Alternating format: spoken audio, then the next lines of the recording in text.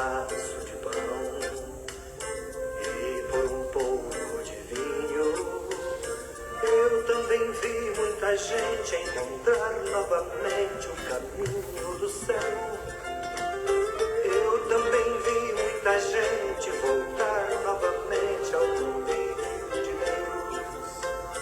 Por um pedaço de pão e um pouquinho de vinho, Deus se tornou refeição.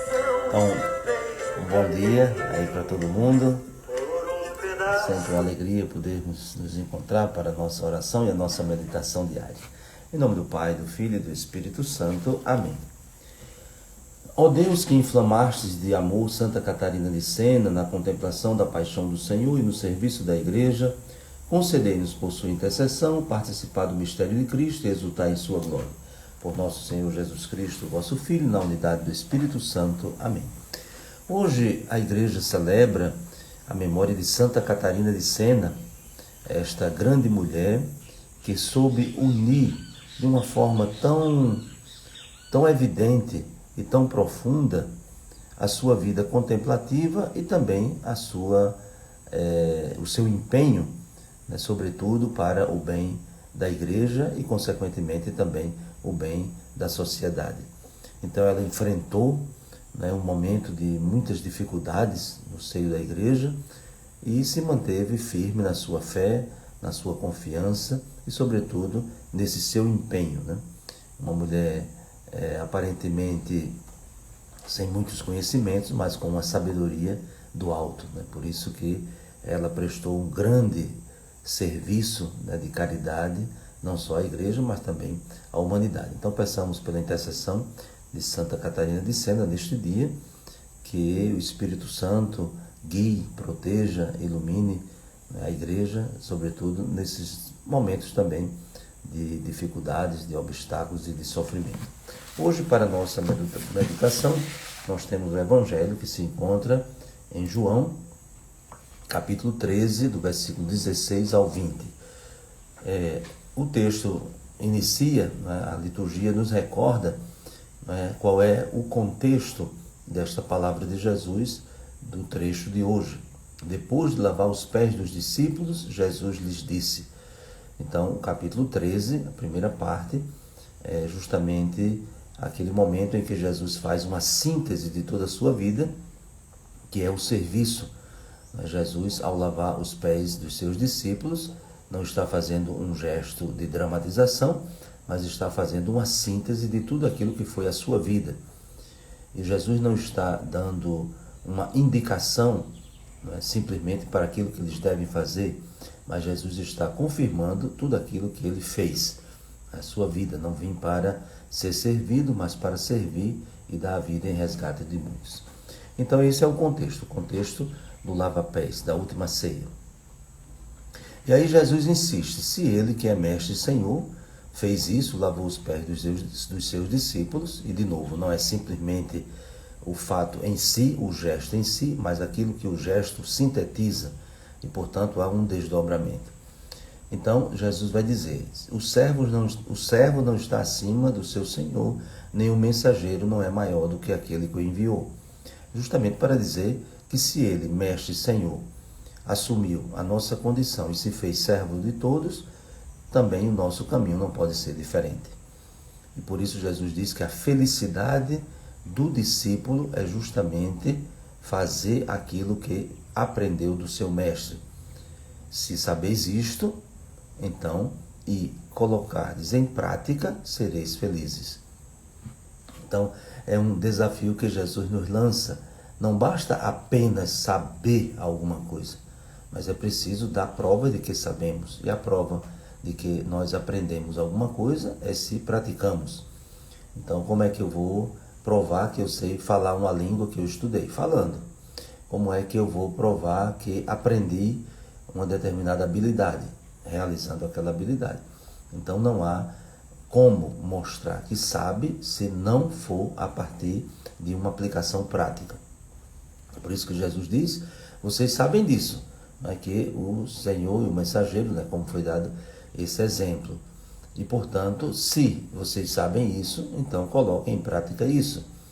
e colocando em prática alcançarão a verdadeira felicidade.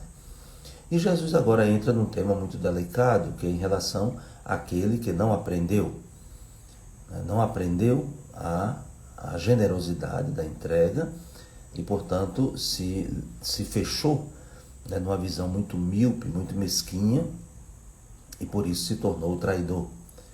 E é interessante que Jesus aqui relembra, quando ele diz, né, para se cumprir a Escritura, Jesus relembra o Salmo 40, versículo 10º, onde se diz que aquele que come comigo levantou contra mim o calcanhar. Aqui na nossa tradução, de aquele que come o meu pão levantou contra mim o calcanhar. Então, como é que nós podemos entender essa passagem, né, da Escritura no Salmo e aplicada aqui nesse contexto? Em primeiro lugar, devemos recuperar, não é, aquilo que era o aspecto cultural da ceia. Então está praticamente todo mundo sentado no chão, em torno, né, de uma mesa, de uma pequena mesa baixinha. Então todo mundo se senta ali nas almofadas, há um prato comum e as pessoas se servem deste prato comum. Então se eles estão ali em redor, né, desse prato comum, então para pegar o alimento, então tem que se aproximar, e se aproxima justamente se inclinando. E se a pessoa não tiver cuidado, à medida que ela vai se inclinar para pegar o pão, ela pode bater, não é, com o pé na outra que está do seu lado. Então, esse momento da refeição, onde se come de um prato comum, é preciso ter muita delicadeza, né, ter muita atenção para não bater no outro, né, para não agredir o outro. E, portanto, é próprio da refeição esse cuidado, essa atenção com a outra pessoa. Isso aqui é uma lição muito interessante, né? Porque às vezes as pessoas, né, se esquecem que tem alguém do lado, até podem se servir de tal forma que nem sobe para o outro. Então vejam que essa é uma característica fundamental do alimentar-se junto, o cuidado com o outro. Não só por uma questão de delicadeza, mas também para que se crie um clima de amizade, né, de fraternidade, né, seja um clima verdadeiramente amistoso. E não uma competição para quem vai chegar primeiro e quem vai comer e deixar os outros sem comer e até mesmo agredir. Então por isso que Jesus diz, aquele que come o meu pão levantou contra mim o calcanhar. Isto é, essa falta de atenção para com o outro. Mas claro que aqui Jesus não está falando simplesmente do momento da refeição, mas Jesus está falando que aquele a quem ele confiou a missão, aquele a quem ele compartilhou da própria mesa, isto é, aquele que foi chamado para o grupo de Jesus, traiu, né? Levantou o calcanhar, isto é, deu com o pé nele, isto é, rejeitou, né? Botou para trás, né? Significa isso, né? Então, essa palavra de Jesus, ela também para nós é uma chamada de atenção, né? Como é que nós estamos vivendo, né, tanto a fraternidade entre nós, né, que nos alimentamos de um mesmo pão, que é a Eucaristia, que estamos à mesma mesa. Então, como é a minha atenção para com o outro? E também em relação a Jesus, isto é, nós somos amigos, fiéis, leais, ou mesmo comendo do mesmo prato, né, colocando a mão para tirar do mesmo pão, faltamos a lealdade, faltamos não só uma delicadeza formal, mas sobretudo uma fraternidade que faz crescer os relacionamentos. Então que aprendamos, né, essa palavra de Jesus, esse cuidado também para com aqueles que estão ao nosso lado, daqueles que se alimentam do mesmo pão, que antes de tudo é a Eucaristia. Então que desça sobre vós a bênção de Deus Todo-Poderoso, Pai, Filho e Espírito Santo. Amém. Bom dia para todos e até amanhã, se Deus quiser.